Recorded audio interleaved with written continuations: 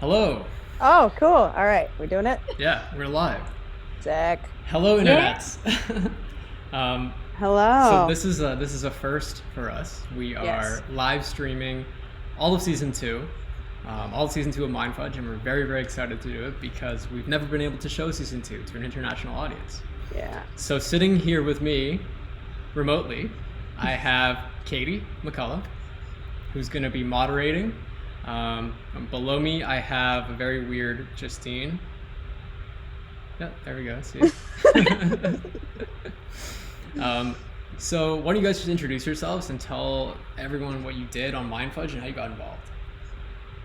Cool. I will start actually. You start. Yeah. Done.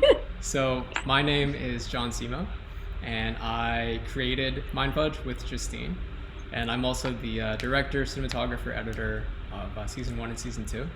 So I did a lot of things. I wore many hats, but we'll get into that a little bit later. But I'm really excited for you guys to see the next season and to hang out with these two chums for a little bit. So who are you below? Me? Yeah. Am I below you? Yeah, who are you?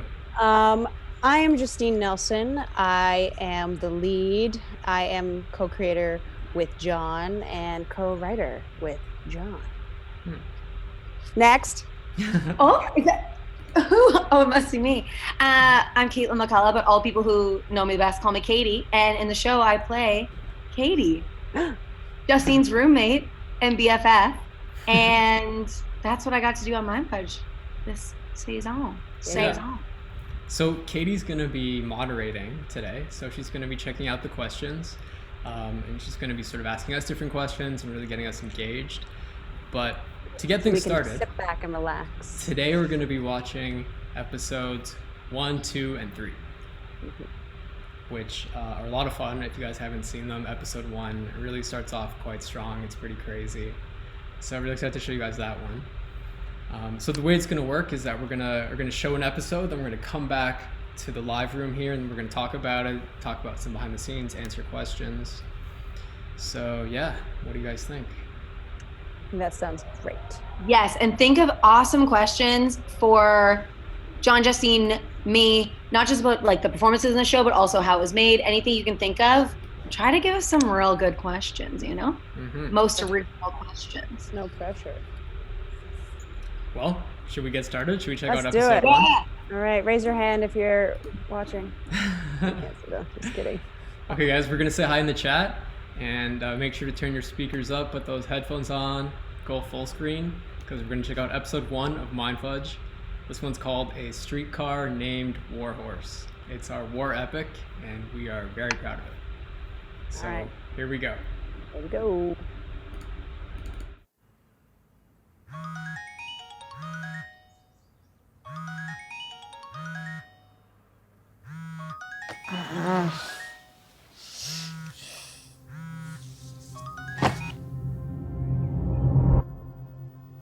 Smell that?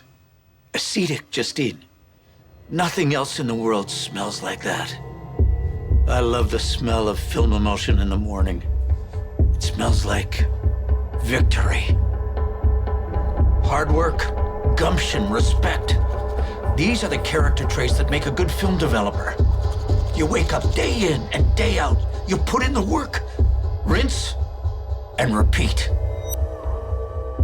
Horrors I've seen are unimaginable, but seeing these smiling faces slowly appear before me in our prints makes some of that pain fade. Maybe one day you'll understand that your great war's your own life. You wear entitlement like a goddamn badge of honor. No sense of place, no sense of time. You waltz around like a chicken with its head cut off. You need to shape up or ship out, soldier.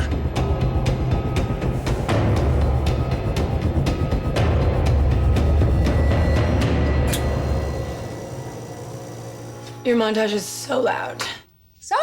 Good morning. How are you? Good morning. Up and at 'em. Not getting hard today. 9 a.m. Coffee, coffee, coffee, go.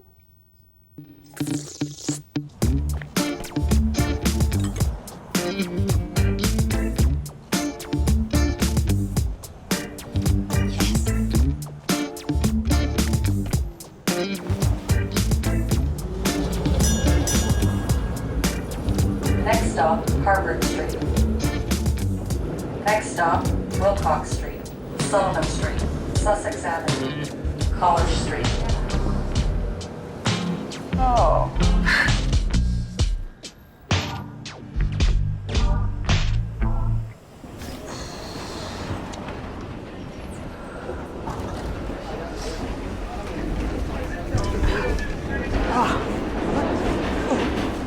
Next stop, Exhibition Loop.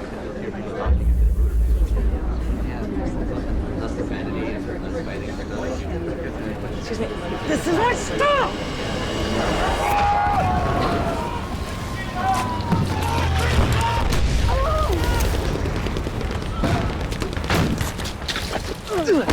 Watch your backpack! Sorry!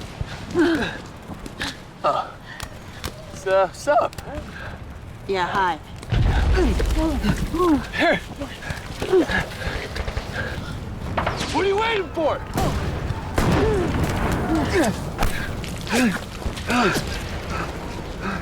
This is my stop. I have to get out of here. Yeah, we all want to get out of here. No. I have somewhere I have to be.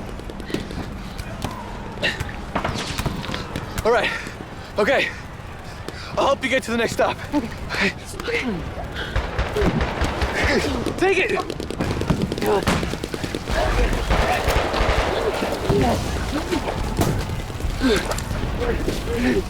Hey!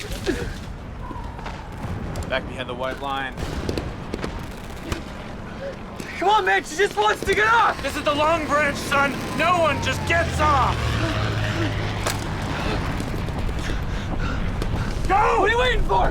Go! Go, go, go, go, go!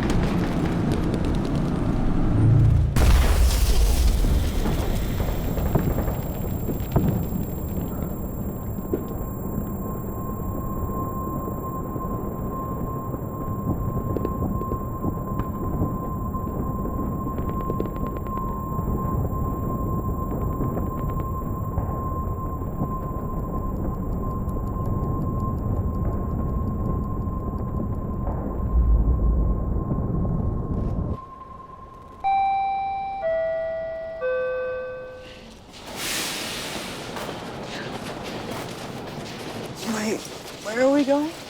Next stop, Bathurst subway station. No, I'm going the wrong way. Wait, stop! No!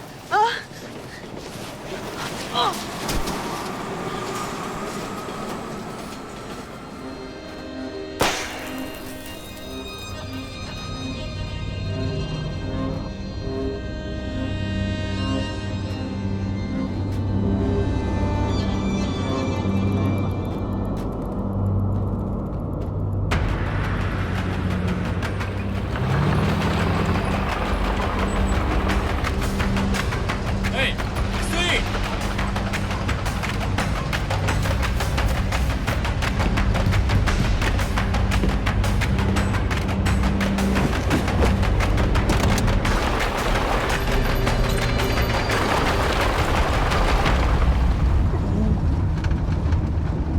Hey, Hey. candy's in the door if you want. Thanks. So, I am really in a rush, so can we go really, really fast? yeah.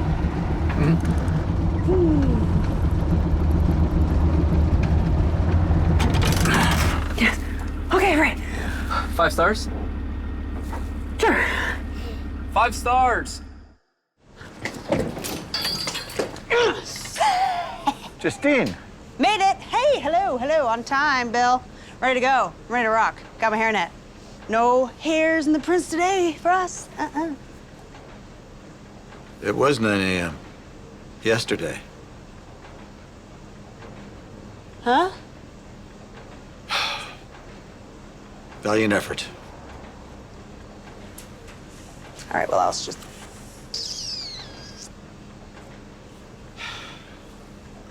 Your prints will be ready on Tuesday. Full price. Sick.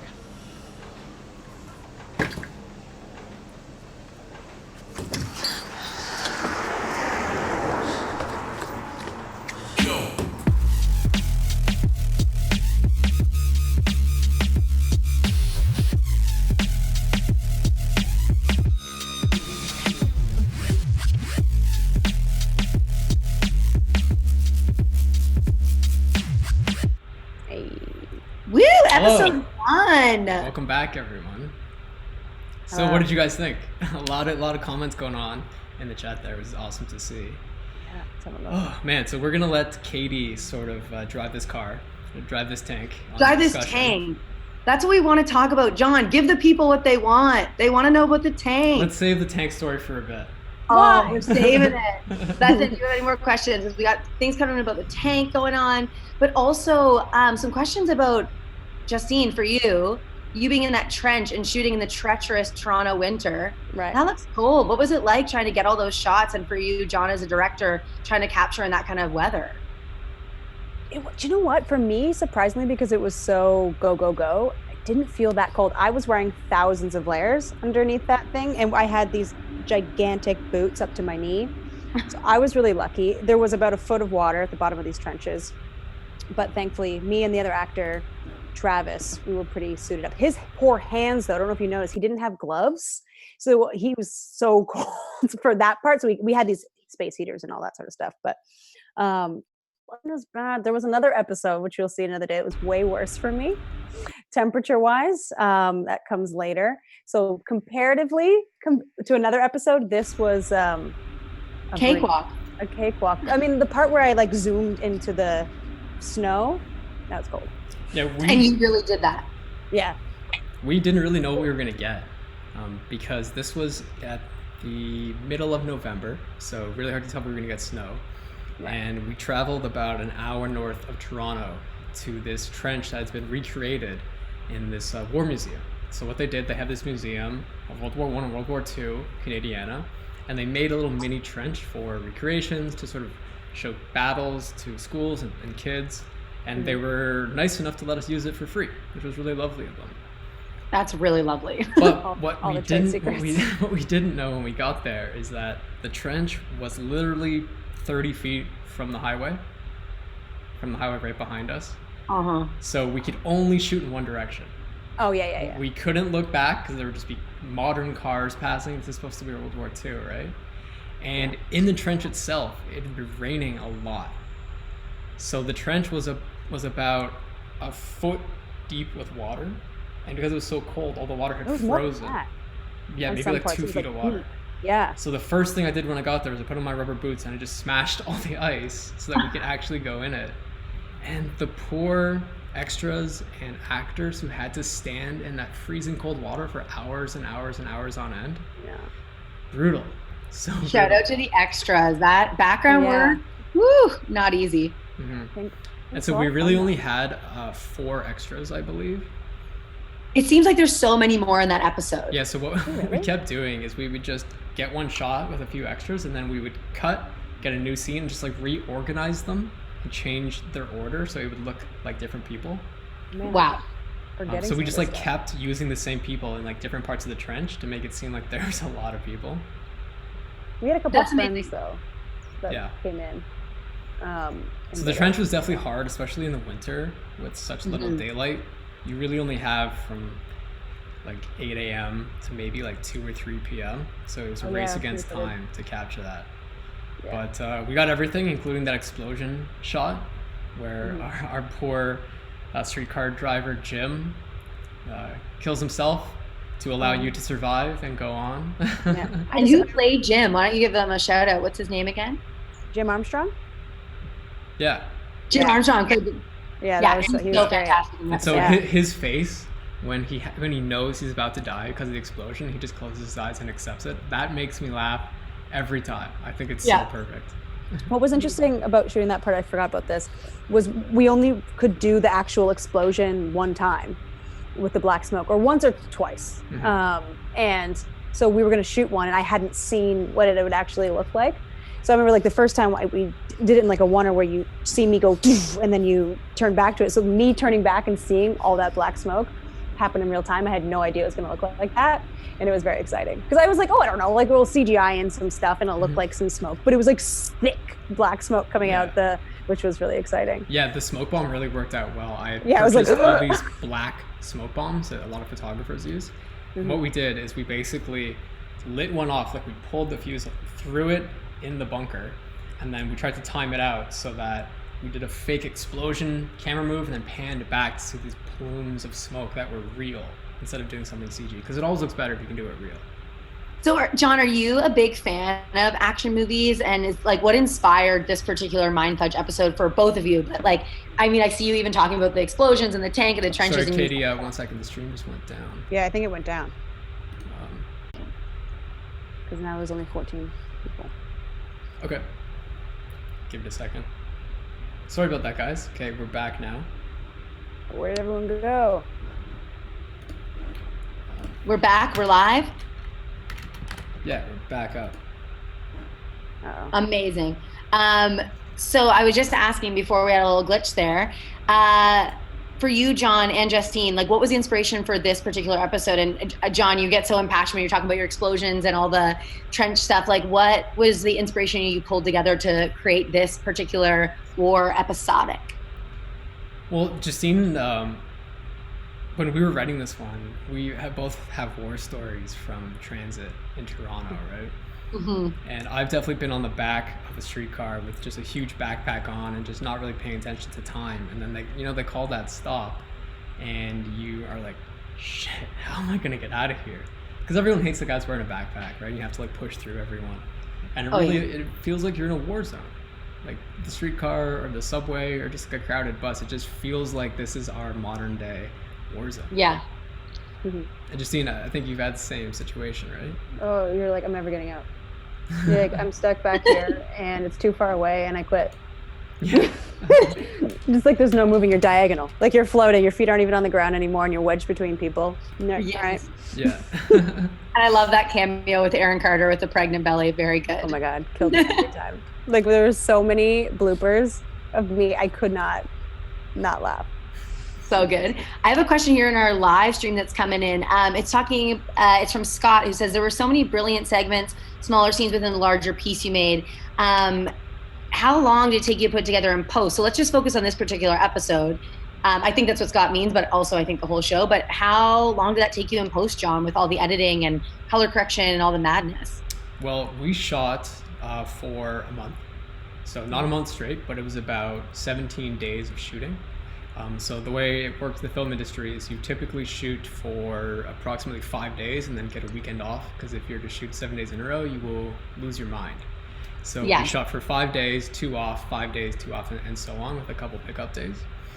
So once we wrapped shooting, I basically started organizing everything in all December, and I had from January 1st to the beginning of February, so just around 2 months, to edit all 8 episodes, which was pretty crazy. It was a nightmare. I definitely lost my own mind, but it got done. Mm-hmm. It was difficult because I was doing a lot of it. I was doing like the editing and the sound design, and a lot of the VFX titles and everything. But in a way that was good, because we were able to really achieve our vision instead of having to pass it off to somebody and hope it goes well. Definitely want to work with people and collaborate in the future. But yeah, so it took 2 months to edit all 8 episodes. I don't know how long it took per episode. They varied. A long like, time. Per episode. Yeah. And then within that particular episode, because there's so many sequences, Scott, he was referring to that episode. Is it just like in the way you prepare for it, and there's just so much happening, and when you're editing it post that one episode, do you have like a kind of a timeline how long that particular episode took you, or what your process was? No, to edit, like in post-production with all those segments and then putting them together in post. Probably about 2 weeks. 2 weeks per episode? Working every day. Wow. Yeah. Woo! At minimum, yeah. Yeah. Well, not every day. You have a cat. We know this. Right. I actually recorded how many hours it took to edit the entire season, and it was 650. 650. Wow. Yeah. And one question here from Jamie Hall said, did you have to book the streetcar as a location? If so, how did that work? How long did you have the streetcar to shoot that scene? I had it for 1 day. Yeah, so renting a streetcar is pretty crazy in Toronto. It's expensive. Yeah. It's expensive. We got it for 3 hours. Oh yeah, not a day. 3 hours. We were like, 3 hours. Go. So I think we had about 20 to 25 extras. And so we're wrangling people and just be like, you sit here. And they're extras from all different shapes, sizes, and ages. So we had some older people, younger people, middle-aged people. and we had to shoot so much in 3 hours, and the streetcar is actually moving. So there was a lot of moving parts involved. And I'm not sure the price exactly because I'm not the money man, but it was thousands. It's expensive, but they give you the whole streetcar. They drive around. They do exactly what you want. And so I think the production value was really up there because of the streetcar. Yeah, that was really cool to do. And Jamie wants to know, were people just trying to get on the streetcar even while you were shooting because they thought it was real? No, it says. No, I guess it says. Like, it's not in operation. Which But probably then I bet confusing people because were it waiting looked being packed. No. Because they're like, what do you mean it's not an operation? It's full of people. Yeah. And then it does a loop that people hardly ever get on. It's like far in the east end. Oh, that's interesting. I was gonna be like, don't you remember? But you know, you don't. You weren't there that day. It was just me. Yeah. No, I don't. I know. I'm learning things about the show for episodes I'm not in right now. That's fine. Okay, so before we end up watching another episode, can you tell us some of the tank story now? Oh yeah. Back to our earlier questions. The first questions were about the tank. Also, did you rent it? Where, like, how did you get this tank? Okay, so the tank is one of the many items that we wrote into season 2 that I just wanted so badly. I know. I did not believe it. I remember we were sitting in a coffee shop and you're like, and then you come out in a tank. And I was like, absolutely not. A lot of the times when you're writing a indie web series, you have to write within budget and within means. So obviously getting a tank isn't that easy. But I really don't like taking no for an answer. And I just think if you put your mind to it, you can just manifest the hell out of it and get it. Well, we got that one. We once wanted a Falcon at one point. I and still I'm think glad. we would have got that if you guys didn't. No, shut it down. I wouldn't. I've done it. I was like, you want? Like, I would never be able to just be like, Falcon land on my arm. I would have. It would have been a nightmare. Because I found a falconer, so we could have got it. But if you're too deathly afraid of falcons. I would crap myself. Like I would never have been. No. Anyway, to go back to the story. So what I did is I reached out to a tank museum in Oshawa, Ontario.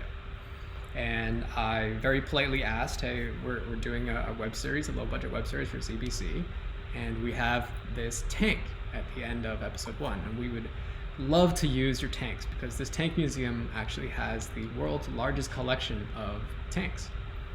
I think they have somewhere between 50 and 100 tanks, which is just mind-blowing. Tanks from World War I, World War II, from all different eras.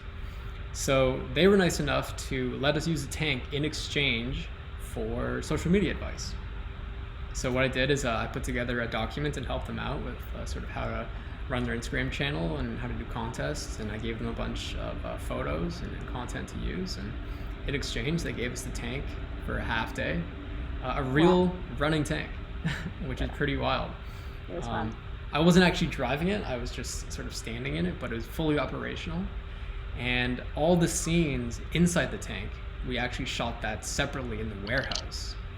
And how we achieved that is we had extras outside the tank with lights, like moving them back and forth to make it look like the sun is passing by in shadows. And then our camera operator was doing a bit of a shaky cam effect. Then you just add in some sound effects, some tank sounds, and all of a sudden you're in a moving tank again. And you got to jump in front of the camera. Yeah, I did. I got to be behind the monitor being like, okay, John, so can we, this time? I mean, the reason why we did that is one, it's nice to have a cameo, I'm not going to lie. But two, we just couldn't afford any more extras. This is true, but you wanted to be the tank guy from day one. It would have been fun. Sorry, we don't have it in the budget, bummer. There is this loophole that the director can have a cameo in his own projects without having to be part of actor or pay the union, so it did work out. Ah, that's so cool. And Justine, someone's asking about what it was like shooting the gun.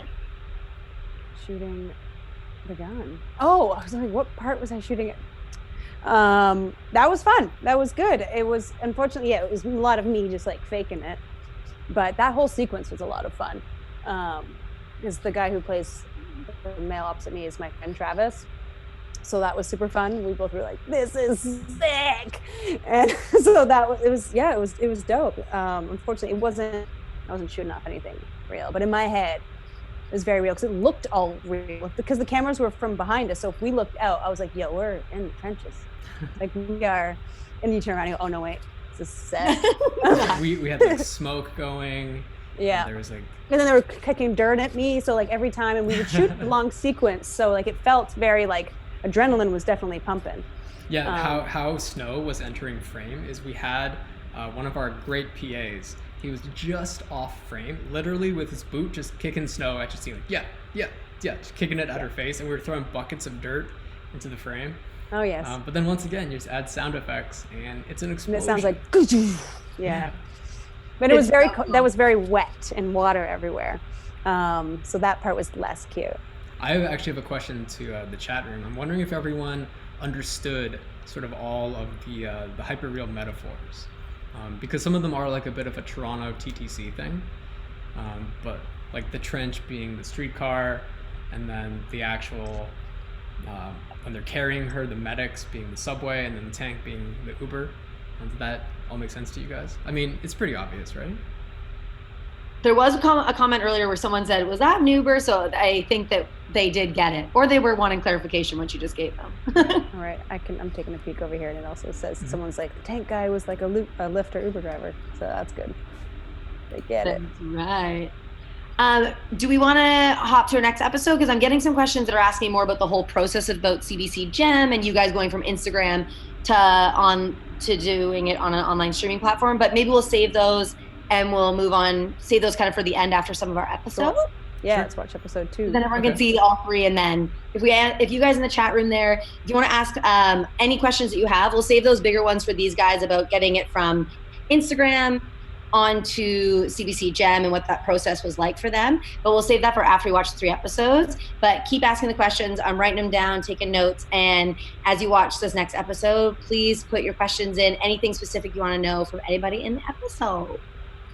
So the next episode that we're going to show is episode 2. This is our scary movie episode.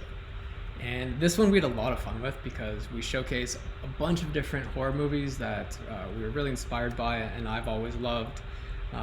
From Exorcist to The Ring and to all these different genres that were a lot of fun to emulate. We'll get into all the details after, but this one was a lot of fun to do. We had a lot of cool extras, and it's the character of Zoe, her introduction to the series, played by Nicolette Pierce. So it was a lot of fun to introduce the character through this sort of awkward date. And it was awesome to see you guys' chemistry together. Thanks. Yeah. All right, let's do it. So without further ado, let's get into episode 2. And the name of this episode is called Bloodkeeper 2. So let's start Bloodkeeper 2. Enjoy, guys. Do it.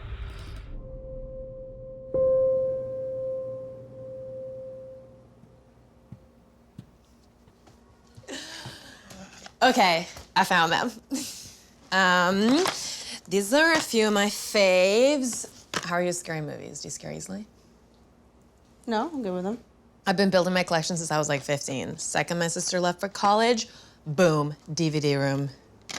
Something magical about these shiny little discs.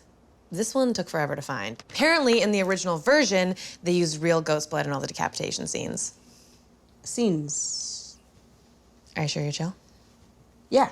Okay.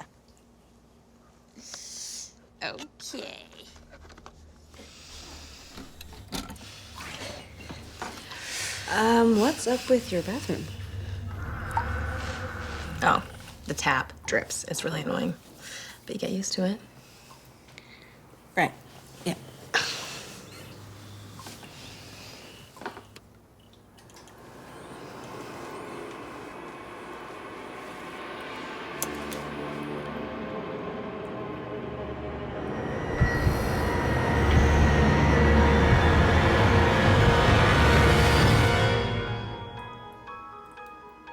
Wow, so good. Man, that holds up. I'm gonna use the washer for a second. Yeah.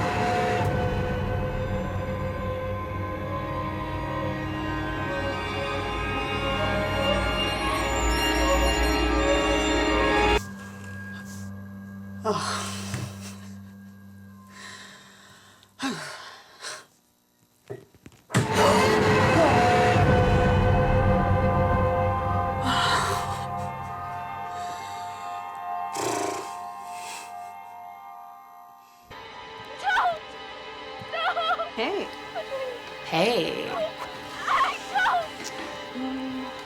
Wait!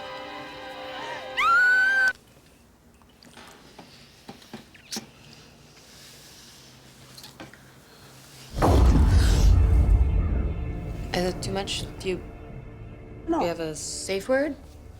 Banana? No. You're great. It's getting late. Okay. You sure you don't want me to walk you home? I'm okay.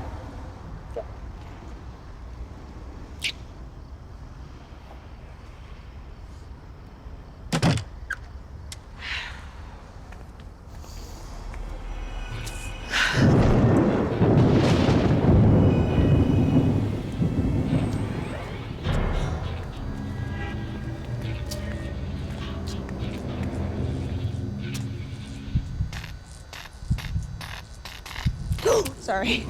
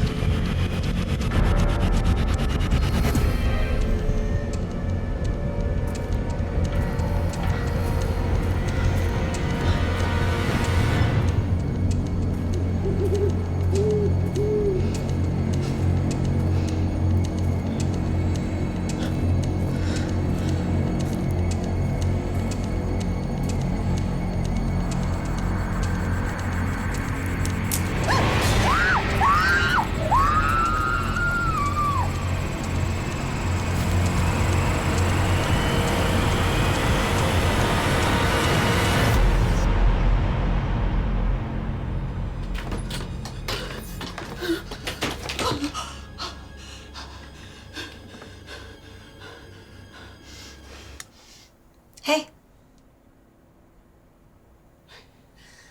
How was your date? Great. It's great. Yep. She's great. Super cute. You did it again, didn't you? Yeah. Which one was it? It's Bloodkeeper 2. Whoa. I heard someone actually did die watching that. I don't know why you do this to yourself. You know how you get. Come on. Come on. It was really scary this time. I bumped into a guy on the street and I lost my phone. Into modern times. The laws of nature.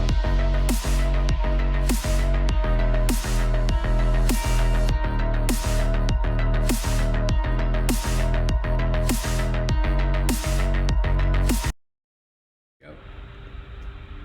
And we're back. All right. So what do you guys think of that one? Me? I loved it. Yeah, what did you guys think? That episode scares me. Rewatching it, it actually does make me nervous because I'm not a huge scary movie fan. Justine, are you a scary movie fan? No, this one was based in real reality. I cannot watch scary movies. This happens to me. This is real. So did the inspiration of the episode come from this real fear of yours? From my heart. Yeah. So what happens when you actually watch scary movies? I mean, are you one Can't handle one it. of these people, or 100%. you just not do it? Oh, I typically don't do it. Like, I won't put myself in that situation. I'm a grown-up. I know what I like and don't like, and this is one of those things that I do not like. However, if I find myself in a situation where I have to, which is very rarely, like recently I watched Midsummer with one of my best friends, Rashida, and the whole time I watched it through this blanket. Like, for like most of it, because it's got holes, I felt like, I was like, yeah, that's good. As long as I had like a between me and the film, but still utterly terrified. Have you guys seen that movie? It's wrecked me forever. Did you actually get scared when you were filming the episode outside? Like, did it border, even though you know you're making a movie, did you feel actually like it was too real? That I was like, oh, this is like eerie. It was when they were setting up. John will talk more about like the details of that, but when you see the silhouette of the man, he was filling this area with smoke, and I was kind of just like wandering, and I put scary music in my ears to kind of like get myself there, which I didn't need to do because it put me over the edge. And I was like walking around, I was like, oh, okay, because it was like smoke, and I was facing in like a very vast forest, and I had like sort of music in my ears, and I was frightened. Other than that, I wasn't that scared but the man, seeing him for the first time was a little startling. Definitely like that. Well, you mentioned the smoke, and we have someone here who was asking about what kind of smoke machine / fog machine did y'all use to push that much into open atmosphere? Yeah, so actually what we could do is I can pull up a frame grab of that for a second. So let me just try this. Realizing how animated I am when I speak, guys. So when you're watching yourself on this? Yeah, I can just see my arms flailing. Okay. Can you guys see that? Yes. That's what I'm referring to when I was spooked. Just 1 second. But there was a time when we were in a forest. That for me gave me the heebie-jeebies. Just give me 1 second, guys. John is in charge of all the technical things for No, this. it's me. I'm in charge. Hold on. I'm using my special powers. I got a whole setup over here, just at the frame. You can't see it. Oh, of course. Okay. Just having a little issue here. Justine, while he's pulling that up, someone just asked if you would work on a scary movie, even though you don't actually like them. In real life, would you do it? Okay, we're back. 100%. I would love that. I would. All right, John's back with us. Wait, the live stream thing looks weird. Yeah, just give it a second. Okay, sorry, so what was the question? It was about the smoke, right? Yeah, it was about the smoke. Yeah, so for all the smoke scenes, we use something called an artem. And what an artem does, it replaces a traditional fog machine or a hazer, because with a hazer fog machine, you have to plugged in, and outside you need a generator, and that gets really ugly and inefficient.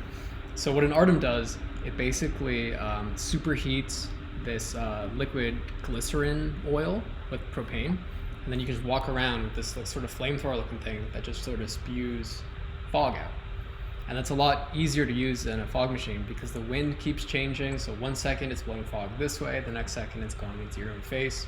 So this allowed us to have our PAs sort of running around the scene, putting fog everywhere, and then it would hang in the air. We would wait for the exact right amount of fog, roll, say action, capture it, and that's how we achieved the beautiful looking exorcist scenes and all the stuff in the forest. Just a lot of running around looking like crazy people, but we did have permits to be doing that, so we were playing by the book.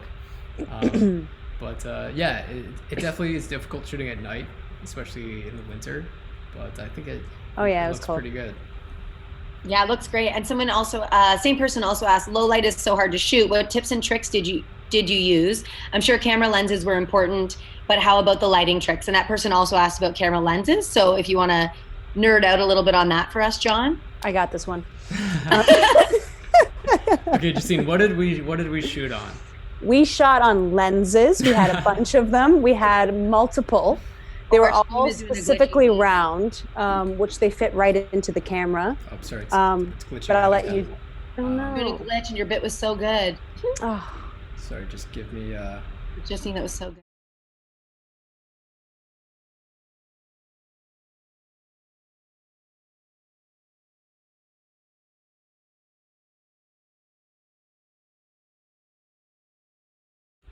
Okay, we're back. we're back. We're back. Justine, you were just telling us about camera lenses? Yeah, sorry Yes, guys, let bear me- with us with the technical issues. This is our first time doing it. The internet's being a bit weird today. I think literally everyone in the world is using Zoom right now, so it's glitching Right. out. So apologies, but if it ever drops out, we will bring it right back. So please stay with us. So lenses. John, take it away. So we shot on a camera called the Red Gemini, which is part of Red's family of cameras that is extremely good in low light. So I've been used to shooting with Sony cameras, specifically like the A7S and the Panasonic cameras, which are amazing in low light. But Red, this is the first Red camera that actually is solid in low light, which has been super useful. So we could shoot at a higher ISO without it being noisy. It's nice and small and compact, but obviously you still do need lighting. So for all the scenes outside, we used a lot of battery-powered lights, a lot of LED lights, which you can power for a couple hours without having to plug them in, so that was really handy. And we were just really smart about lighting. I mean, our whole lighting kit was LED. Nothing was a big old tungsten fixture that you had to plug in. Everything was either battery-powered or could be powered by a very small generator. So it's a combination of being smart with lighting, using really efficient LEDs, and using what we had on location. So good. Oh, and the lenses, they're asking about lenses. We actually Yes. used vintage lenses from the 70s. These old Russian lenses that are called Lomo spherical lenses. And so the reason why we went with that is that a lot of these modern digital cameras can be extremely sharp and just look almost too digital. And we wanted the look to have a lot of character, to be slightly soft, some slight imperfections. So we found these lenses that are from the 70s and don't have the normal coatings on the front and are a little bit old and janky, but in a beautiful way. And I think it really gave this show a unique look, even though we were shooting with a very high-end, sharp camera. That's so cool. Some people here, so you were asking before the episode started about references. So some people were saying that they saw a bit of The Ring in there, Exorcism. Did I see an homage when the guy was by the lamp? I got vibes of The Exorcism. That's Is that right. correct? Yep, that's exactly right.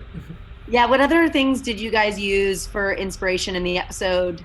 Or people in the comments if you saw any other ones there. But John and Justine, do you want to talk a bit more about your inspiration or cinematic inspirations for the episode? Yeah, it was those ones that you said for sure. The fun little tidbit about the ring sequence with the TVs. It was me. Yeah, so that was on our Splinter day when it was just Yeah. me, Justine, and my camera assistant. We shot that was me. in my studio, which is Neon Demon Studio in Toronto, and I have all these TVs set Plug. up in the stack. And so I knew I wanted to just capture a bunch of TVs and have this creepy scene of Justine walking by and just like slowly getting mesmerized by this one static hissing TV. And I had all the TVs, so it'd just be like pure production value for free. But we only had Justine, myself, and my camera assistant, so we had to film Justine and then film her again with a black wig. I think that we got from a costume shop. It was. And it was like a braids. Rastafarian wig that had all these dreads, and we had we had to undo the dreads so that it would just look like gross black hair. I love that And then part. we bought this gown from like a Like- vintage store, and she's just sitting there and basically listening to scary music to get. Oh, I kept doing that, didn't into I? the I moment. was like, I was alone in the studio because they were outside, and I just like in the studio I blasted scary music and sat there for like an hour, just like just, and then you go action. And I slowly turn around, but I remember that one. That was fun because I felt I freaked myself out because I was really into it. And then the masked man, the sort of silhouetted man, he's actually played by two different people. Oh yeah. Because we couldn't get the same person for all the scenes. Right. So We did pickup shot for one of the things. Yeah. For the bulk of it in the beginning, it's my friend Ezio Bondi, who's a great actor, and he was nice enough to. He was still acting, but I mean, he didn't get any FaceTime or get any lines, so it was really kind of him to come out. But he did have a good presence on set, but he couldn't come out for the forest scenes in the end. So then that's when we got your friend, Justine. Yeah, Eric Hicks. He came and did some in the forest stuff. It was really cold. Yeah. And so all the stuff in the beginning and the end scene with Katie, that was shot on the red camera. But the forest scene where Justine is sort of lost in the woods, that was all shot on the Sony A7S II because we had given back our red camera at that point. But it still looked good, and I think it still sort of matched quite well. Did we? Yeah. We didn't get it back. We didn't have it on the. We didn't have it anymore. Well, because we shot that in the weekend. Yeah. That one. Yeah. Wow, it's bringing back all the memories. Yeah. Because we were supposed to have like a day off, and then that was the day we just like ran to the park. And this is the thing. Like, I love how like everything you guys are saying about all the 2 episodes so far is just how you get whatever people you have in front of you, you just use them in whatever way you can, whether use everybody, use them all, ask them, call them your friends. Another question. The reason, just to add one more thing to that, the reason why we had to do that in the first place is when we ended up at the park to film all the scenes with the silhouetted man and Justine, it had started snowing like crazy. Oh. Just that night. And so to cut from Justine walking around it being dry, no snow, it's basically fall, and then it's just randomly blanketed in snow, we couldn't shoot it. It was impossible. It was a nightmare. So we had to call it that night and just not shoot. And that's why we had to go back ourselves a couple days later and film it. Or maybe like a couple of weeks later. Wow. It was a couple of weeks later, I think. That one we shot during the schedule still. Right. But it was after the snow had melted. Yeah, it was like later in the schedule, but yeah. You can't control Canadian weather. I mean, any weather, unless you're a meteorologist. Just a second. Anyways, question over here. Someone wanted to know, so moving away from the horror stuff, because we did meet Zoe, our live stream is pros. It's down. Okay, I think I'm back up. Well, someone just said, well, you just brings from the next episode, a meteorologist who can control the weather. Nailed it. Thanks, guys. That's Phil. Okay, we're back up. We're back up. Yeah. All right. Well, let's wait for people to come back, and then maybe let's go into the next episode.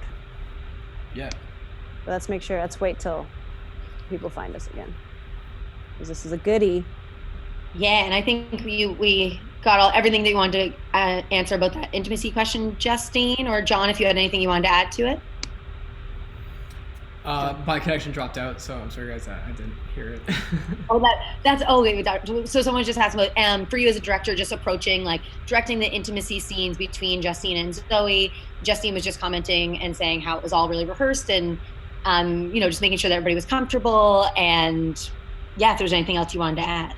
Yeah, I mean, this is my first big directing project. I've been a cinematographer for many years now, and while that's directing the visuals, I didn't have a ton of experience in directing actors.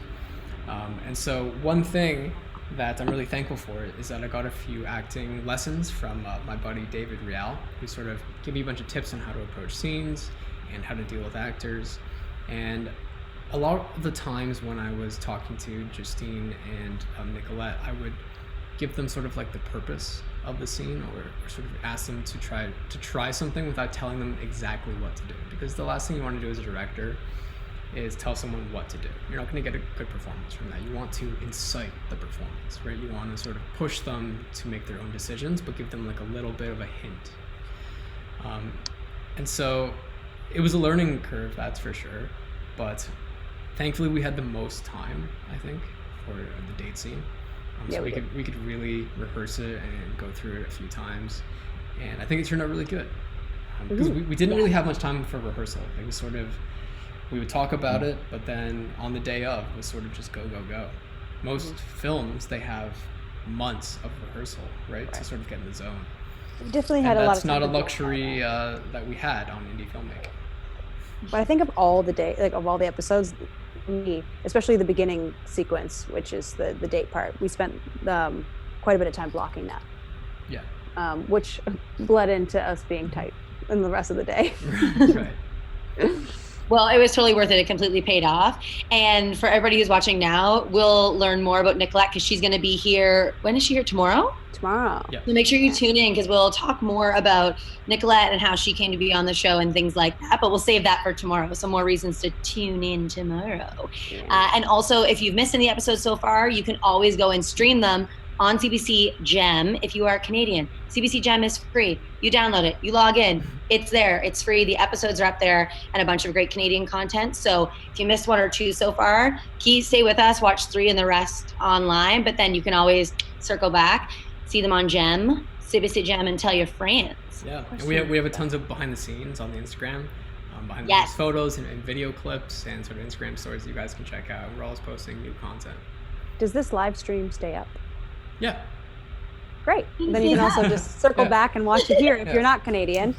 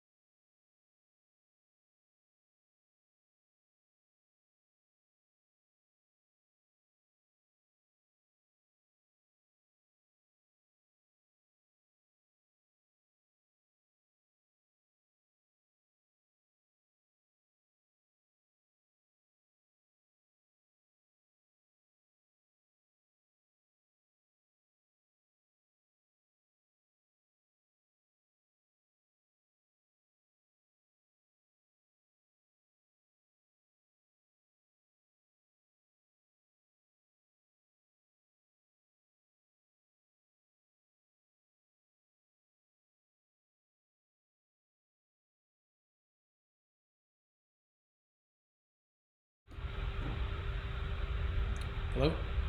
We're Hello? back. Oh gosh. No, from the other side. Oh, sorry. Guys, I'm so sorry about that. The power just went out in my place. It is literally never gone out the entire time I've lived here. And of course, Likely story. it goes out the day we're doing a live stream. So sorry about that. It's extremely windy in Toronto right now, so I think it's just like knocking around power lines or doing some spooky stuff. So apologies, but we are back. So please come back. Please spend some time with us. Tell your friends if you knew they were watching to just come on back because we're back. Yeah.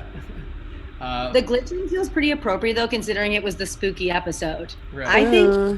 I think you know. Just saying. So why don't we pop into episode 3? Let's just make sure everyone's coming back because we have to. People are gonna miss it.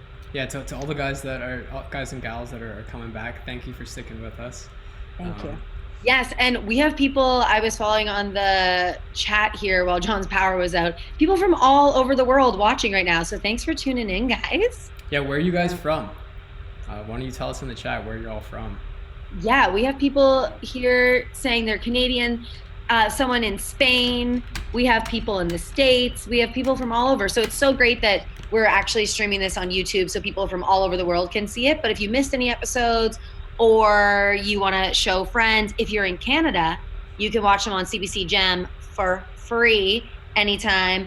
Also, these guys are always active on the Instagram. Mm-hmm. Always posting exciting stuff over there. Always over there. Anywhere else?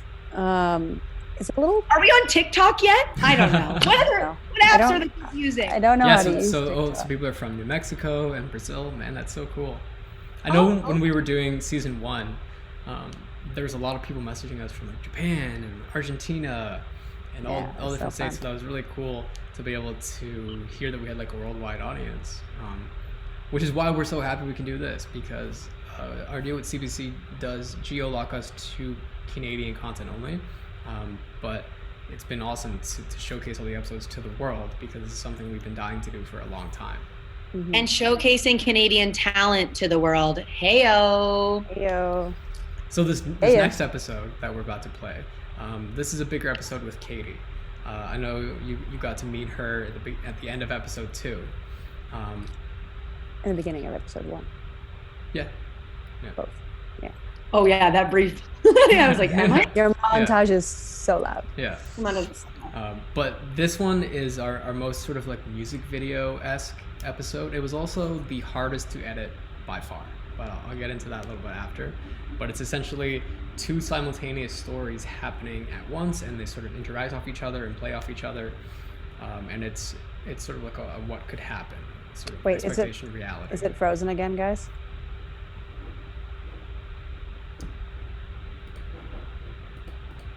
Yes. Oh my gosh.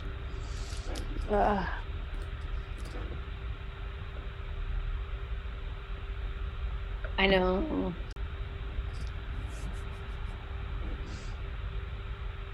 Okay. Should be back up now. Hello? Yeah, guys, sorry again. The internet is out of our control. Like I was saying, I think everyone in the world is on the internet right now, and so it's lowering our bandwidth. But I think we're good. So why don't we hop into episode 3 while we still have some luck on our side? Oh golly! But wait, John, we need everyone back.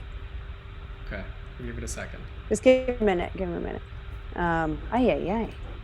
Guys, what luck! Thank you for sticking around. For the people that are sticking around, super appreciate it. Mm-hmm. When I watch these, I forget that it's me because my hair is so blonde. Oh yeah, I forget it's you too. No, I don't. Man, I miss you guys. Ah, the social distancing. You know what we could do for tomorrow? If anyone missed today, we can do a little bit of like an early bird stream. Leading up to 7 p.m., we could replay episodes 1, 2, and 3. Mm-hmm. And we'll have all the internet figured out by then. For sure. But this version of this will still stay up, no? Yeah, for sure. Are we? Is it still rebooting right now? Or are we? No, it's good to go. People are joining back. We're coming back. Yeah. People are bouncing in. Come so on back. Why don't we give episode 3 a try? Yeah. If it's weird or glitchy, you guys let us know. But let's just give it a go, and you guys let us know what you think. We'll be back in a few minutes. All right. Okay, bye. So here is episode 3, called "Going Up on a Tuesday." On a Tuesday. Katie's letting loose. Let me tell you. Okay. Isn't it Thursday? Going up on Thursday. Gosh. I don't know. I didn't name it. Okay, here we go. Don't start without me! Don't start without me! Swear to God, if Kristen N does not get a one-on-one this week, I am not watching it anymore. You don't mean that. Kristen N, that's the paralegal chick, right? No, that's Kristen M. Oh my God, of course. Duh. I could get used to this. Give me a rose and I am all yours, Christopher. Some people are on a show to find love.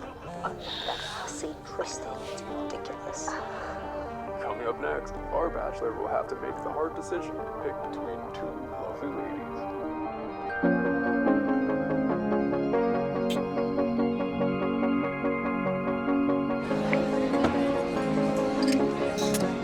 She is really cute. Okay, calm down. I hate that dress. Garbage dress. Okay, Juliana, steal a shower.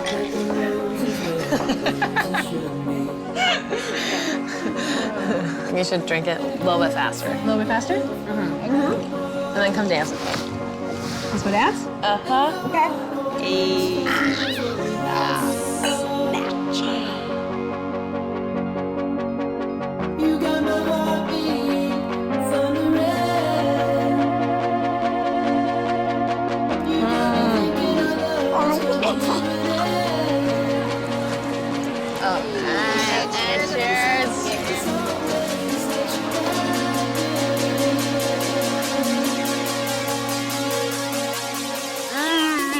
Is this an Australian's infant? You gotta swirl. Obviously. Yes, you have to smell it. Yeah.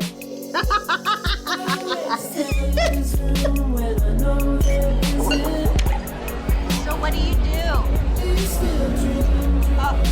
Justine. Cool.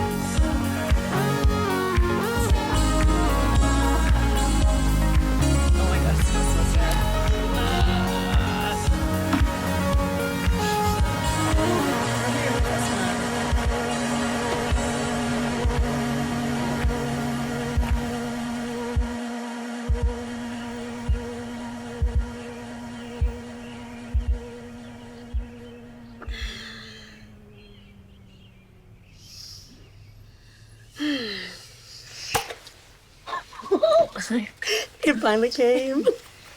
Hey, let me see it. No. Sick, bro.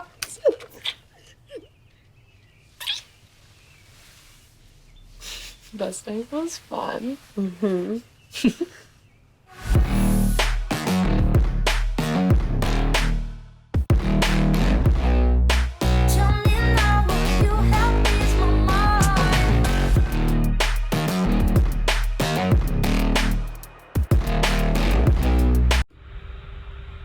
And we're back. Hello. That just makes me want to be so close to Justine right now. Ugh. But the social distancing realness. Remember when you could touch people? Remember when you could sit on the couch and drink wine with your besties? Guys, we'll be there again soon. I know it. Okay. So while we were that episode was streaming, a question came in. John, Justine, how did you come up with the split screen shot idea style? Ooh, that's a good story. That was left over from a short that we wanted to make, right? Yeah, So, yeah, when we first met. I mean, the reason why Mind Fudge started is that we sort of hit it off at a party, and we were like two creative minds that were a little bit weird, and we wanted to make stuff together. And we couldn't. It was just, there wasn't enough time, not enough budgets, just like the stars weren't aligning for making bigger content. Which ended up eventually becoming Mind Fudge Season 1 if we made these micro shorts. But in the interim, we wanted to make this really interesting story about, which would be a split screen, about a relationship sort of falling apart and starting up, right? And then eventually they would join the center. And so that idea stuck around until Mind Fudge Season 2, and we thought it'd be a perfect place to execute that. Yeah. And it allows you to learn a lot more about Justine and Zoe's characters and how they meet and interact with each other, and also like Katie and Justine, like her home life, and it's sort of like jamming 2 episodes into one. Yeah. And it was incredibly complex to both write, shoot, and edit, because we had to basically write a script for the left frame and a script for the right frame, and then weave them together in editing. And just shooting, we had to make sure that like the timing was right for everything, and that the viewer would follow the flow of the story. Because if you have something happening on the right frame and the left frame, and they're happening simultaneously, you don't know where to look. You're gonna look here and then get all discombobulated. So we had to make sure that one of the frames would calm down for a little bit so you can flow to the left frame, and as that one sort of calms down, you can go back. And so we told the story through the writing, but a lot through the editing. And I think it was one thing that no one really got on set, but everyone just had to trust me. Well, you wrote it with me, but I think a lot of people on set were just like, how is this gonna work? I don't really get this, but it came together. Yeah, it's interesting because that's when we first met.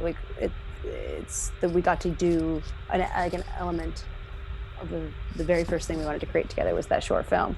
And we've also used other elements of that original story in other episodes of this show, which was cool, which we'll touch back on and when we stream those ones. But yeah, it was so exciting that we finally got to do that, because we're always trying to find ways to do that because we both loved it. That was originally what we wanted to create together, was this like split screen story. So that felt really satisfying. That's so cool. Yeah. And it's so inspiring, I think, for anybody who is out there right now watching who has ideas, just remembering that sometimes the first way you imagine an idea, it doesn't come out that way, but it doesn't mean that it's not a great idea that you'll end up using later. I think that's so inspiring, and I'm excited to hear more about when other moments of Mind Fudge it's been layered in. Another question down here. Is it frozen again? No, it's good. There's a spinning wheel on mine. Spinning wheel.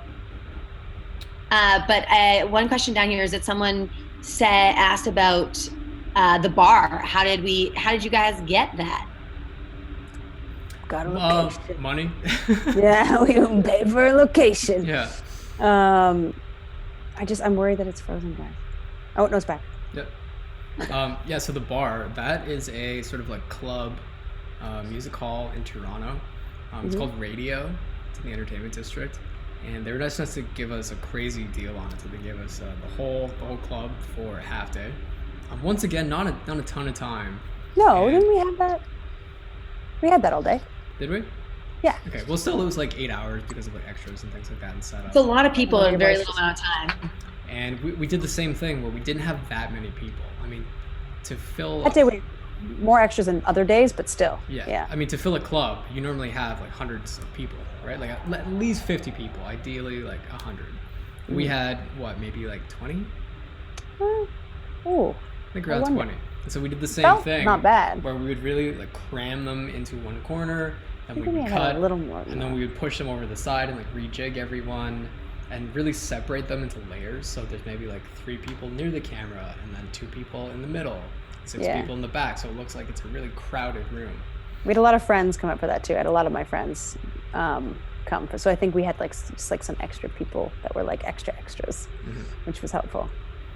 And then we like threw probably a couple of crew members in there. And the best part that I always laugh at is whenever you're recording audio in scenes like this, you obviously don't have music. So all the extras in the background are just sort of like to no music at all. It's just it always makes me laugh because it's so awkward. Let's give everybody a quick demo. Ready? To go dance with no music. And then they're talking. We'll try to make it seem like it's the same song. And they're just talking without actually talking. Yeah. Very good. I think that's the ultimate acting chops. So we have a real talk question. Scott wants to know, it's a Thursday before quarantine ever happened. For all three of you, which scenario would you pick? So the bar, going out with a lava, or staying home? It depends, because both options are so great. I get why Justine was so torn. I'd stay home with Katie or go out with Zoe. Well, you have to pick one, Justine. Well, wait, maybe you guys should pick, because it was clear that unfortunately in the episode I clearly picked Zoe. I would absolutely pick to stay home with my bestie on the couch, watching The Bachelor, drinking wine, 100%. Yeah, I'm with you on that one. But I mean, like, now, basically every day we're doing that. We're forced to do that. So I know. If we had known the quarantine was coming, I think we all would have gone out to have that one last hurrah. Because now every day is staying home and watching The Bachelor. And speaking of The Bachelor, so the footage that you see on the TV, we had to film that later, and I had to film that by myself. So all the like putting down the rows, and the voting scenes, that's me wearing a suit from the top up. But I really didn't want to have to bother with like ironing my pants, and so I'm not wearing pants at all. I'm just wearing shorts. Ladies. Are you wearing pants now? I am wearing my sweatpants. Hey, get it. Yeah. Justine, are you wearing pants? Sweat ones. I'm not wearing pants. Cute. And then the voices you hear at the beginning of The Bachelor, that's me and Justine basically bantering back and forth. The nightmare. Where Justine's playing 3 different girls. Yeah. So she's playing like a ditzy, like high-pitched voice, and like one of the other girls, and I'm playing the Bachelor narration monologue, which is like a lowered. It was so embarrassing. We had to Welcome go back to The Bachelor. We did Ooh, sultry. We did that at where we did our ADR, and it was so embarrassing because it was like it's like a glass room, and you can all look at me, and you loved it because I had to be like, "Oh my god," and whatever the fuck it was. And for some reason, I was so embarrassed because the lines were ridiculous. I don't remember what they were now, but and you can barely hear it, but it's like such a small touch, which I think is like part of what makes my voice great. I remember saying like, "Someone is such a hussy." Yeah. Nice. A hussy. No, I love you just said, John, there about like the small details, which were definitely around this episode. People in the comments, if you want to have any questions about specific ones, or if you want to let us know your favorite moments of this episode, because I feel like this episode I could watch over and over, and I see so many moments in both.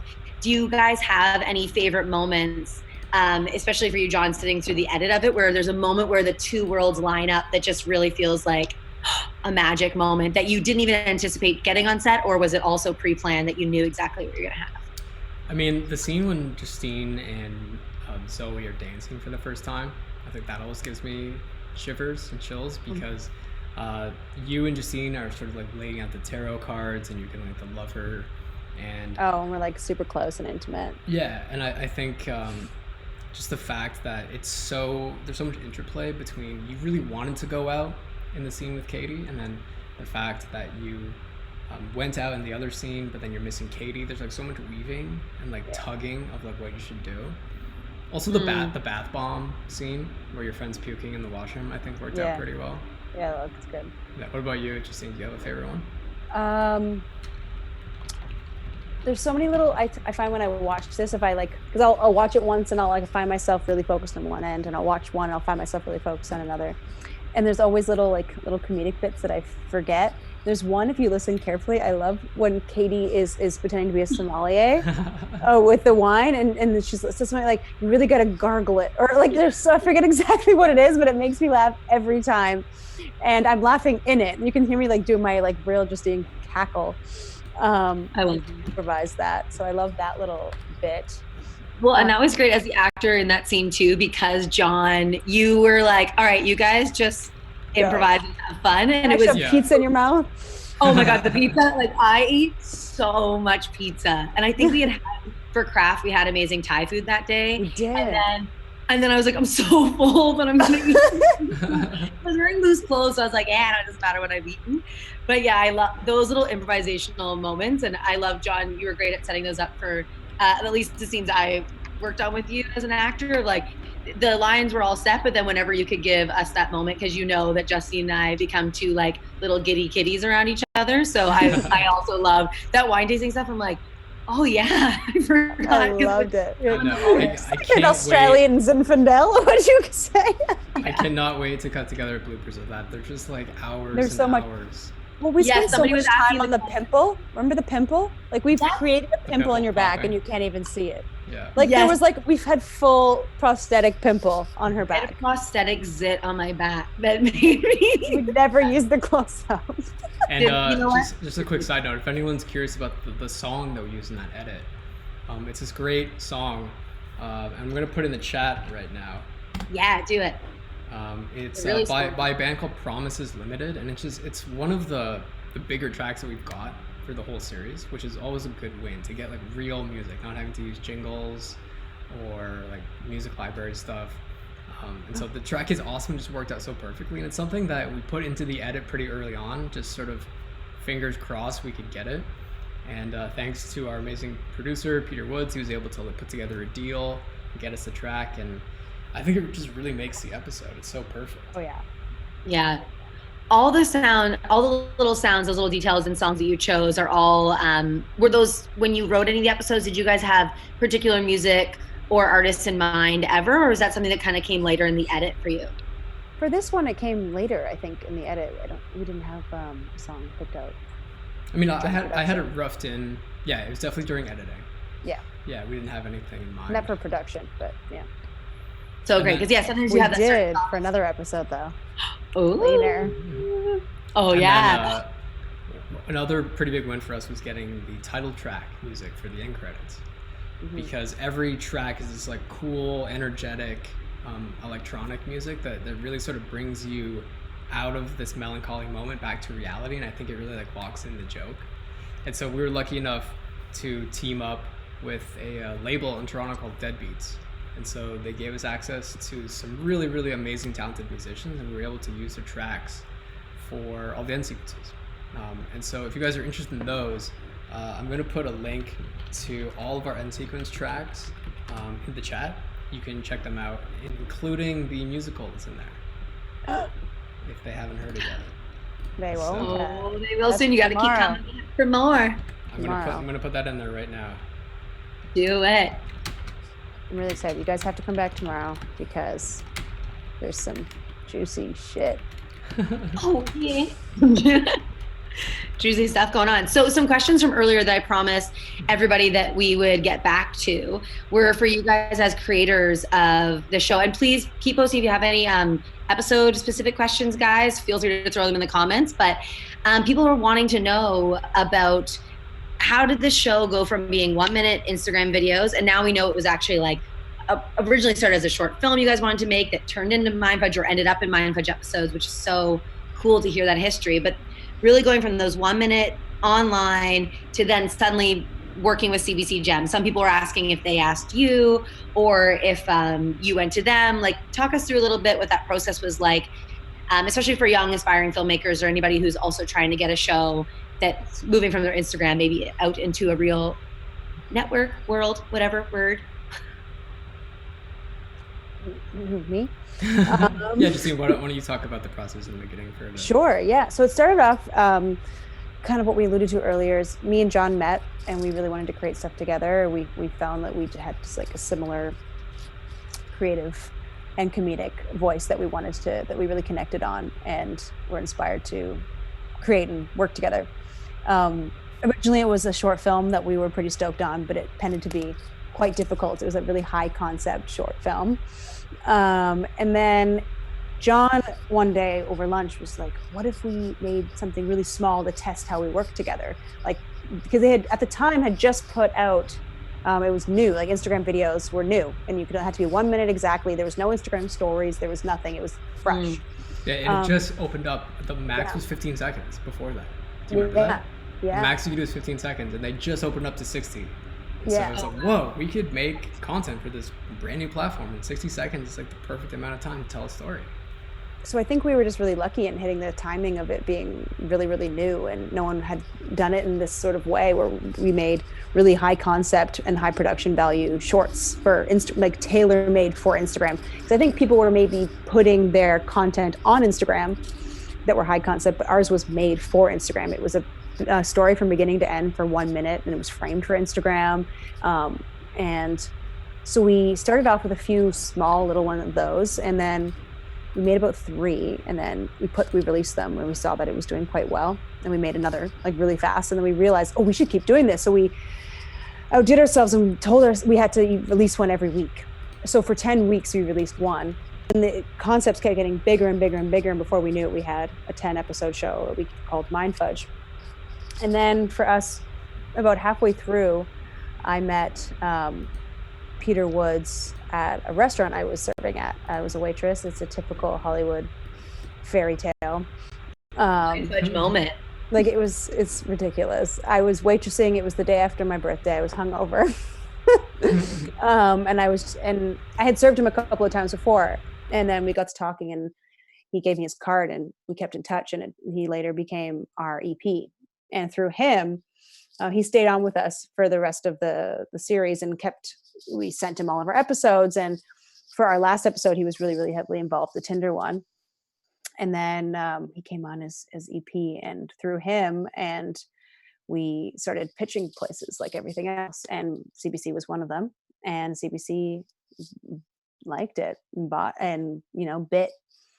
And it was a long process. Like we got a yes from them, but it wasn't simple. It took about a year from the yes until we went to camera. But it was, I would say, from just me and John, like doing a lot of hard work, we really went out there, and it took on a life of its own on Instagram. And because we kept doing it, and we were really proud of what we were doing. People really responded to it really well. And at the time we got over 500,000 views on Instagram alone, which was really, really exciting for us and really rewarding for the work that we were doing. Cause it was all just at the time, the crew was like 3 people. Maybe we would have like an extra pair of hands every now and then. But everything was pretty guerrilla style, and then it paid off, and we got to make a larger series because we just hustled for that first year. And what was the biggest difference going between, someone had asked earlier in the chat, going between those short videos to the longer episodes? Like what for both of you is just like the biggest kind of wrapping your brain around it, challenges, obstacles, or inspiring moments of it? Well, I mean, when we did season 1, we basically wrote every story around a little bit of a gag. So, for example, like the cooking episode, we're like, wouldn't it be funny? We both sort of suck at cooking, and to just make like a failure cooking thing. And so it's pretty minimal dialogue, minimal characters, but it's all around this very visually enticing joke. And so that was pretty straightforward. I mean, making the visuals is always difficult, but to tell the joke, that came pretty easily, and we have 1 million of those. But to evolve that into season 2, when there are multiple characters and arcs, and you have to really pay attention to the storyline of different people, it can't just be a gag. It has to be something that has more heart than that. Otherwise, you're not going to want to watch 10 minutes, 8 to 10 minutes of just like an ongoing Instagram gag. It's just not going to be interesting after a while. Mm-hmm. So we had to make sure to evolve the videos in a way that they weren't just internet videos, but we didn't have enough money for a fully budgeted series. So it's somewhere in between that, where there are different characters and there are arcs and there's still gags, but there's so much more involved in the writing process.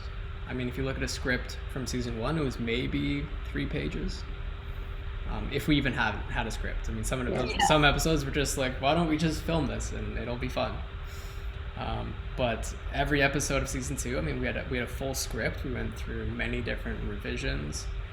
I think up to 6 or 7 revisions on some of the scripts, and we had to make sure that you not only understood what was happening, but liked the characters and liked them over a period of time and wanted to be with them and care about them, right? Mm-hmm. So the evolution was definitely difficult, right, Justine? Because we're not writers. We're like idea people. For sure. I think we were very lucky we got to work with Robbie Hoffman too, which was really great in the second season. So we weren't alone in that. Whereas before it was just the two of us conceptualizing like smaller concepts. So yeah, their concepts were a lot bigger. And we were not short on conceptualizing ideas, and we knew where we wanted it to go. But in terms of structuring it and really formatting it properly and making sure that, because it was just, it's something that we hadn't done. We hadn't made a longer form series before on our own. But it was really exciting. I think we've always felt like we made these 1 minute shorts, but we knew they could be bigger. We sometimes felt confined to this 1 minute block, whereas now we got to expand them, and we definitely had ideas at the wazoo. It was more just like learning how to and affect them and grow as writers and content creators. And it was really, I found it really exciting. It was like intimidating and daunting, but I think it's where we knew we wanted to end up. Mm-hmm. That's incredible. Someone in the comments here is asking if you guys would ever make Mind Fudge into a full movie. Maybe. I think our next step is longer show. Yeah. A half hour ideally is what we're aiming for at the moment. Yeah, we have so many ideas that we want to tell, so many ideas in here that we need to get out. So we just want more time to tell them, because when we're given 5 to 10 minutes per episode, that's way more than 60 seconds, but still not a ton of time to tell like a fully fleshed out story. Yeah. So if we're given more time, we can really flow in and out of reality differently. We don't have to get to the gag so quickly. I mean, every episode that we made could have been like 10 to 15 minutes if we really drew it out. But we wanted to make sure it was still interesting and sort of choppy and fun, right? Because for the web versions, there's still like an element of it has to move quickly. We didn't want to draw it out, but in where you have a half hour show, there is more room for there to be more story and character development, and people are expecting stories to like ebb and flow and pace. But when it's a web series, I think people's attention spans expect a faster paced thing. So we wanted to keep up with that, and we enjoyed that for this season. But I think we're really excited about being able to like slow certain parts of it down and not feel rushed and just like go. It can be like story heavy more than just like gag heavy. Yeah, and then with you guys wearing so many multiple hats, is there one, say, let's use this metaphor of a hat. Was there one hat that you had to wear in whether it was season 1 or season 2 that you surprised yourself, where you're like, whoa, I didn't actually know until I was put in the situation of doing this, whether it was a stunt or it was, like you both mentioned, you didn't actually think you were writers, but the writing is incredible in the show. And so is there anything else like that that you discovered about your own talent and abilities, whether it was season 1 or season 2 through making Mind Fudge? I think a lot, so many. Like there's just so much, there's so many elements of filmmaking that I realized through Mind Fudge that I love. I think especially with working with John, I've realized how much I love post. Like, and I'm very lucky that it lets me, like, involves me in that and lets me join him and sit with him, because he's obviously the main editor, but he allows me to cuts and come with notes and have discussions, and because he knows, and from working with me for like over 3 years now, that I love that. Like I absolutely love post. I love and also like color correction and all that stuff, and the color grading. I love that. What else did I learn? I mean, I think we both learned that script supervising is a nightmare. Yeah, so to anyone who doesn't know what a script supervisor is, it's basically the biggest sort of nerd on set in the loveliest way, where they are just staring at the monitor and staring at the actors and writing down everything that happens as it happens. So if you are drinking a glass of apple juice and drink about half of it, he or she is writing it down like half of apple juice drunk during the scene, and they have to make sure to refill it to the proper amount, because if you drink it and it's like a different level from cut to cut, most people might not notice it, but like over time those little errors can really build up. I mean, in some movies people forget to like put their jacket back on for a take, and so it goes from like them running around the city in like a leather jacket, and next thing you know they're in a t-shirt, and you can't CG that. So this stuff does happen. So we didn't have that person on set, which was, we've learned that was a boo-boo. Yeah, there were some issues in editing that came up where we had to like cut around them. Yeah. But I mean, it's indie filmmaking. You gotta do. We won't do stuff. that again. We Yeah. realize how much we value our script supervisors. There'd be like, I'd be in the middle of a scene and go, John, wait, hold on. I really, No. We could really only do like two or three takes per scene, which is super stressful because normally, I mean, some directors do like 40, 50 takes, which is just like insane. But like we were doing 2 and then we had to move on, which is stressful for the director and the actors and everybody, right? I learned that I don't want to do wardrobe. We had to, I did a lot of wardrobe, especially Zoe's costume, which is so hard to remember. Where I was like, okay, so you wore that day and that day. Because I was like, I did this. I was like, I got wardrobe. I don't know why. In this episode that we just watched, episode 3, you and I traded sweatpants because you realized there's something about I can't remember what it was or why, or you were thinking you're going to wear the gray sweatpants, but I'm wearing your sweatpants in episode 3. And you're because then we had the wrong sweatpants for like months after that. Yeah, and I was like, I want my sweatpants. And I wanted mine. I forget why, but there was probably one of those things where I was like, wait. Yeah, because you were holding so much in your brain. I mean, it was amazing to me always as an actor with you that you could be so present in the scenes and carry all of that. We have some questions in the comments over here. Someone asked, did you guys have a set prop costume design team? We learned Justine was costumes. Or was that also a hat y'all wore? The interior design, dressing of the apartments was so bang on. So we covered wardrobe, but what about production design, set design, props? We did have, we had people that took care of props and set, but everyone kind of helped a lot. And I also didn't do wardrobe for everybody. Like Katie, you did a lot of your own wardrobe as well. Yeah, but I was heavily on you. I was like, should I? But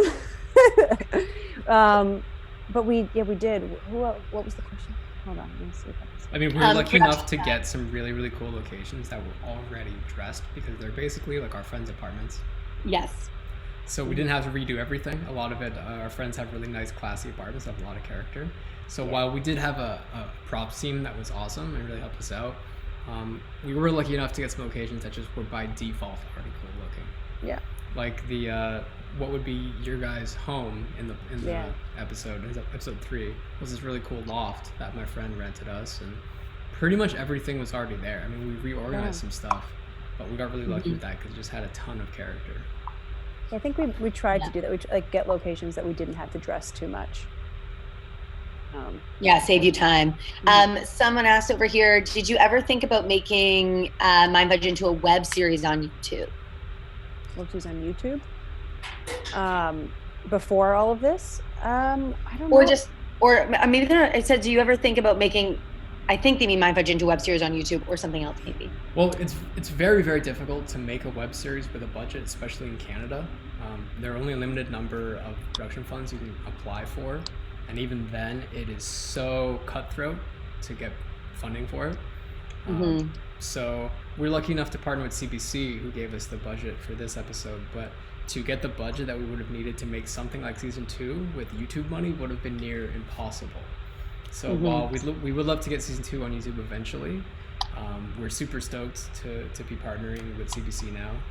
And we hope that continues going forwards. But we're going to keep putting content on YouTube, that's for sure. Yes, YouTube and Instagram, you guys are always so active.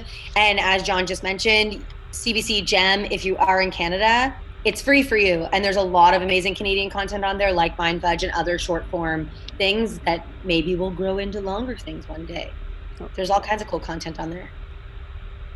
Is there anything that you guys want to say before we wrap up today, or anything else that you want to address from the 3 episodes that were any highlights for you? I mean, I wanted to say how lovely it was to have you, Katie, on set. Because just seeing you and Justine interact every day just filled everyone with joy. Because first of all, you guys are insane in the best way. Oh yeah. You just play off each other so beautifully. And there's a whole other story about how we all met, which is pretty funny. That we can maybe get into tomorrow. We should save it for tomorrow so people come back. It is a crazy story though, because it was. I feel like Mind Fudge the creating of Mind Fudge is full of magic Hollywood moments, as Justine described in the card. But it was that meeting you guys, I had no idea that you had a show, and it was totally pure friendship that led to a pure wild weekend of friendship at a film festival that led to all kinds of amazing art. So I had the best time watching that episode. I just feel like it totally captures Justine and I, like just hanging out. And it's always a dream to be able to write a script with somebody in mind for that role. Yeah. Like we never once wrote the scripts without it being Katie. Like Yeah. Katie being. So we just kept the name Katie. Yeah. I love it. Yeah. And so the fact that it worked out, that you were available and down to do it, it just made the whole thing better. And like you bring your talent from like blowing us away with the stunts that you guys will see tomorrow to like your incredible comedic acting and like the heart and emotion you brought to the character. Just very thankful to have you on season 2. Thank you. Oh, I'm like, I'm like, Yeah, guys, all over again. No, it's so magical because, like you said, having somebody write a part for you, sometimes, you know, you get to set and you feel nervous because you're like, there's always that little layer of, especially if it's a bunch of people you don't really know. But it was so cool, and really my first experience being able to show up knowing that I didn't have to be anything other than what I wanted to bring to the character, which was me, and then like just have fun and play. And that's like a huge gift, and it truly has changed all of the projects I've done since, because I just realized if I could just start every project and every audition and everything that way, just feeling like, oh, I'm just here to play with my friends. It definitely has changed the way I approach my work and the quality of work I'm doing, for sure. It's such a gift. One thing that I just wanted to touch on really quickly is a little bit of a contest that we're doing. Oh yes, I love contests. Can I enter? Can I win? So what we're doing is we're giving away a Mind Fudge prize pack, which is going to be filled with a bunch of cool Mind Fudgy stuff. And the way that you enter is by giving us 3 passwords. And so we're going to be giving away 1 password per day. So if you collect all 3 passwords and enter them at the end of our stream, you're going to be entered into the contest to win the prize pack, which is going to be super cool. How cute, right? So today's password, why don't we all say it at the same time? Okay. Okay, ready? Today's password is peanut butter. 1, 2, 3. Peanut butter. Peanut butter. You guys paused. I like peanut butter. Okay, today's password is peanut butter. Peanut butter. So write that down. We're going to put it in the chat, but we're going to give away another password tomorrow and another password on Wednesday. Collect all 3, just like Pokemon, and then collect all 3 Pokemon. That's how you do it. Submit it. Just like Pokemon. And then you guys can win. So we really want you guys to come back tomorrow and Wednesday. The rest of the episodes really are special. I'm super excited to show you guys 4, 5, and 6 because they're just so crazily different. Very much so. Yeah. And also, if you tune back in, it probably won't run this long because we did have the technical difficulties. So we understand. We appreciate you guys sticking with us this long. I'm very grateful. Yeah, we're gonna figure all the little glitches out. Hopefully, the internet won't have issues. I think it might have been a lot of weather going on at the moment. I think. Yeah. So storms are brewing. Come on, Katie. Predict this better next time. Yeah. Well, I think 30% chance of it's gonna go. You better wash your hands after you do that before you go touch it anyway. Oh my god! I'm back tomorrow. So tomorrow, same time, right? 7 p.m. Eastern. Yep. Yes, and now tell all of your friends, tell everyone to change their schedules, and they can also come back and watch this and skip ahead to the episode so they feel caught up. Heck yes, and we're gonna have special guests the next 2 days too. Like there's a bunch of exciting stuff happening. Okay. Back here. Okay. So guys, thank you so much for joining us. This was a ton of fun. We learned a lot. It's cool to talk about this stuff because it's been a while. We haven't done like panels or any sort of big discussions about it. And so I think we have so much pent up Mind Fudge energy. Oh golly! And every episode has a crazy story to go along with it. So, I know it was a whirlwind. It was an interesting especially time. 4, 5, 6, just like insanity, like the camping episode where you almost died in the cold. This is the stories you'll get. Genuinely almost died. The boxing episode where you had like a kinked neck the whole time. I had a sprained neck. The fight scene between you guys that we shot. And Justine learned and shot all in the same day. And we did a musical. Yeah. Oh wait, just you guys. It's gonna be crazy. Yeah. And in the meantime, if you are dying and you're gonna miss us so much, CBC Gem, if you're in Canada, you can see the episodes. Don't forget to watch season 1 on the YouTube channel. Like the things, subscribe to the things, comment on the things, because I know it's a really competitive time for all kinds of content. So Thank you for showing up and spending your time with us. And go and like the gadgets and the things and the widgets and the John is the technical one. And if you guys have more questions you couldn't answer, if you want to learn more technical things, we're always happy to answer them. So you can DM us on MindFudge if you want to find out more about like the camera and editing stuff. You can check out my Instagram, which is @JohnCmo. You guys want to plug your Instagrams as well? You're always posting cool stuff. Yeah. Justine Nelson. Justine Nelson. Justine has some really amazing photography on there, actually. Aw. Like this really cool 35mm stuff that she's doing, like augmented mixed media. I'm sure you guys have already seen it already, but I think it's super cool. And it's rare to see something on the internet that looks new and fresh. I think that's really special. Oh, thank you. Preach. I'm at McCullough K. I'm on a bit of an Instagram hiatus right now. I was taking a little break, but I'll be back on there eventually. Yeah, it's still there. You can still I'm lurk there. her. You At can lurk her. MCCULL. She's got some photos that I've taken of her on there. I believe me. Nobody captures me like Justine and John, okay? I don't know what this is. Be okay? No, it's good. All right, Well, guys. I think that's it for tonight. All right, everybody. What's with the dabbing? I've never seen you dab before. I don't- Now you I just can't never- stop. I never dabbed. Again, the pent-up MindFudge energy. I'm like, I'm dabbing. Yeah. Never dabbed. I don't know what's going on. Yeah. Come back tomorrow for more dabbing. Okay, well, on that note, I hope you guys have an excellent night. Stay safe out there. Really nice All talking right. to you guys. And we will see you tomorrow at 7 p.m. Bye. Okay, guys, take care. We love you. Bye. Love you. Love you. Stay safe.